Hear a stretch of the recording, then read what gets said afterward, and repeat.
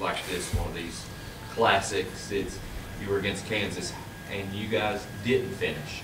How have you seen these young guys grow around you, and to watch this game finish the way it did tonight? I mean, you all saw it out there. I mean, they made plays down the stretch, big baskets down the stretch. They were willing to step up and take the play. You know, opposed to against Kansas, you see that we learned from that. And now that these dudes are gaining some experience, a game like this comes down to the wire, you see the fire in dudes' eyes, and they're ready to go and get it. When it gets within 2 or 3, what is Coach Cal saying to you guys in the huddle? He really just say lock in on defense, stay disciplined. There's a lot of times where we'll close out and think they're not going to shoot it, and then we'll play with our hands down, and then they end up hitting a 3. So really just little stuff and like not giving up easy baskets where we could have prevented it. Trey, how was the game change for you with Aaron Bradshaw back, especially these last 2 where he's kind of playing more major minutes? I would say that there's a lot more switching going on. You know, I'm able to get out there and guard a smaller defender, keep him on the perimeter, stay in front of him type of thing, opposed to having to battle with a 5 for 40 minutes. But it's been great to have him back. I mean, you see the impact he has on the court, and it just really it gives us all a lot more freedom out there. Rob, you seem to take the challenge tonight towards the end of the game.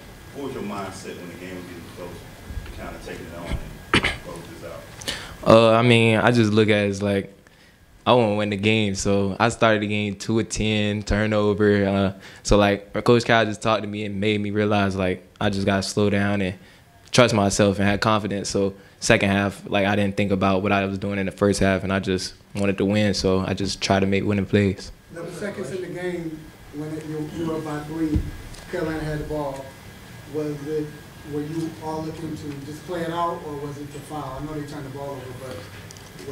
Yeah, I mean, we discussed it in the huddle, and you got to give credit to Coach Cal on that one. He trusted us in the moment. He asked us what we wanted to do. We said we just wanted to guard straight up, switch 1 through 5, and make a tough shot. Rob, what is that relationship with you and Cal been like? I think Willie Columbus, maybe the last player, kind of like you that could go off, but could also do some things that drive him crazy. But he really kind of let him. He knew and kind of let him go. Do you feel like you have that with him as well? Yeah, for sure. I feel like since Canada to now, like our relationship grew so much. Like he still shows me that he has confidence in me. He still let me rock, but at the same time, he want me to just be more pro, like, and make smarter decisions and stuff. So really, I'm just thankful for having him, and he helps me while letting me be me. Trey, not to touch on the line, but double figures. What does that say about the trust you have in each other in terms of you're not? Can you repeat it from the beginning? I'm sorry. I said you had eight guys score at least 7 points or more. What does that say about that balance? Say about the trust you have in each other. Just at any given time, somebody can make a big shot. I mean, you've seen it all season. We got 4, 5, 6 dudes in double figures in multiple games this year. It comes down to, we know that the dude to the left or to the right of us is an elite basketball player. It makes the game so much easier, I think, for each one of us whenever each individual person is capable of drawing so much attention. It just opens up shots for everybody else. Trey, you've been in a March Madness situation, less on the line tonight, but did it kind of feel that way? Oh, yeah. It felt like we were about to go on a deep run. You felt the crowd's energy. You felt the intensity out there. But I think that being able to feel that intensity from these guys this early, it speaks volume of their character and how much they want to win. How impressive was it to see the way a dude came off the bench, especially the blocks and everything? Man, yo, that dude, that's why at the end of the game I hugged him because, you know, he accepted whatever Cal said and he came in there and made an immediate impact. I mean, he literally, like, he lifted us off the floor. Like, the energy that he brought in the plays he made, it's second to none, you know. Just to be able to adjust to that switch up he had, and then he still gave it his all every second he was out there. Rob, the trust that you guys had in Aaron at the line, he went the first time, missed the front end of a one-on-one, but you guys seem like to have complete confidence in him. And what do you think that shows that he was able to get out there and not pass? I feel like Aaron is just like, he's a basketball player. He want to win also. Like, it shows example when I missed the layup at the end, he gets a rebound, puts it back in the clutch. Like, he just makes plays, and Like, he hits threes, he can stretch the floor, he can dunk the ball, he rebound the ball. He started us off, and that's why we got to a good start. And I feel like Aaron's a great player for sure. Coach, One did more you for see the anything? players. Oh, I'm sorry. Go ahead. Coach, did you see anything or find out anything different about your team that you hadn't seen in the game yet? How about Ugana? He just started practicing. He got the flu and could not travel with us. Flew in this morning. Went to the shoot around, had to do what? Went in the bathroom. I can't play him. He said, I'm going to be fine. He helped us. Aaron gets a 4th foul. I got to play him. I'm happy about him. But, you know, the plays he makes, DJ makes, Antonio makes, the rebounds, the stuff that he was doing, the free throw he missed. But they balled. And I'm telling you, that is a veteran team that came in with one idea. They were going to be physical with us. That's what they did. And you know what? We held our own. I mean, this is a group of young, talented basketball players that are still learning. We're not near where we should be or where we will be. But I'm kind of liking where we are at this stage of the season.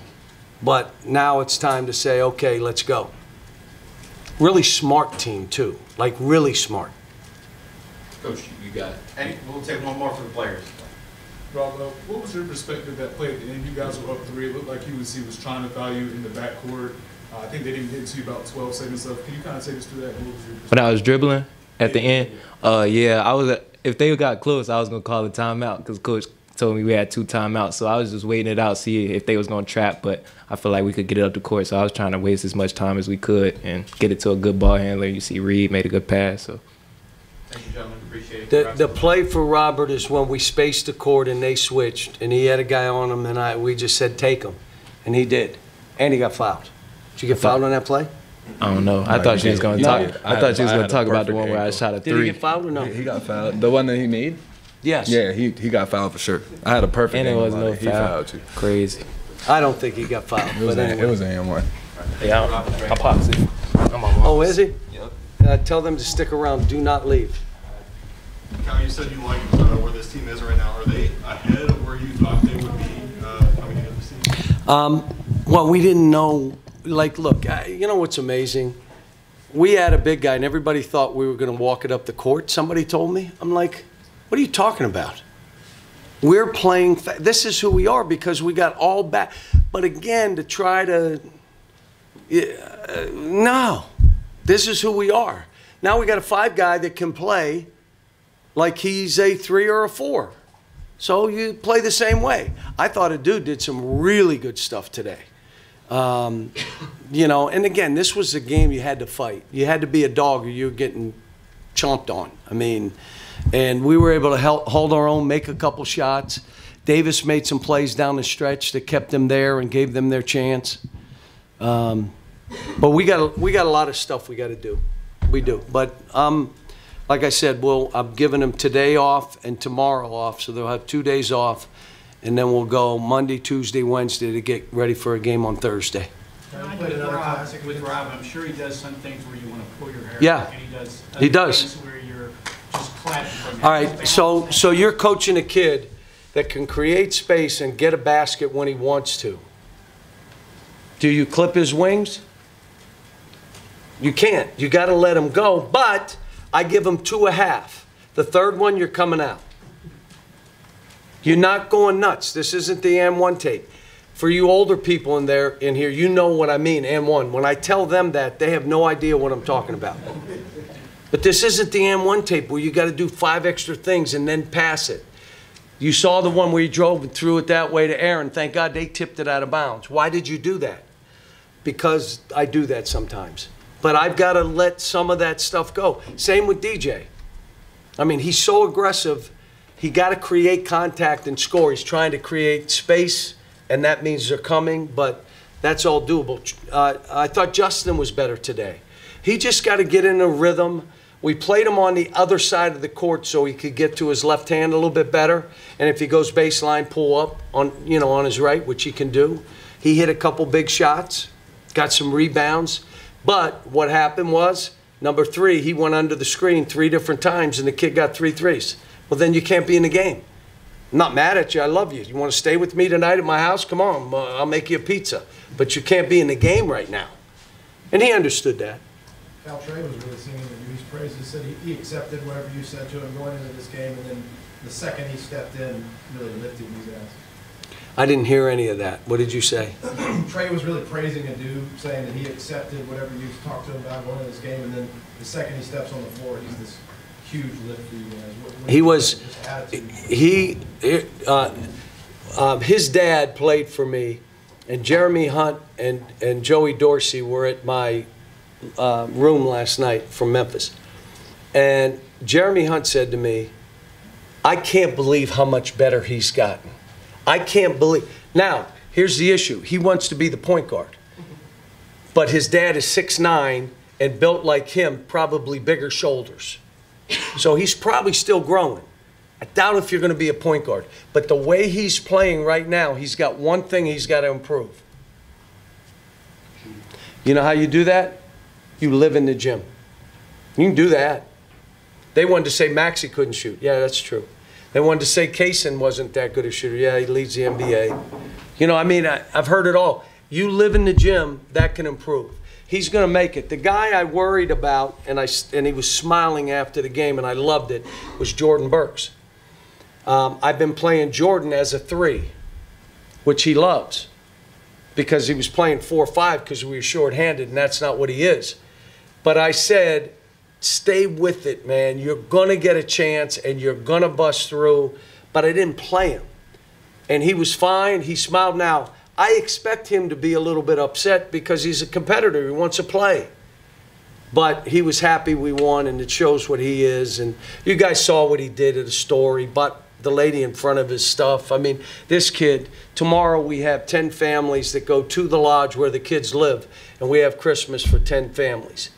And part of it is from gifts to big screen TVs to food to rent checks to, and these kids get to do it and feel that, what it's about. So we got, again, really smart, good-hearted kids that are willing to share, that like each other, that genuinely like each other.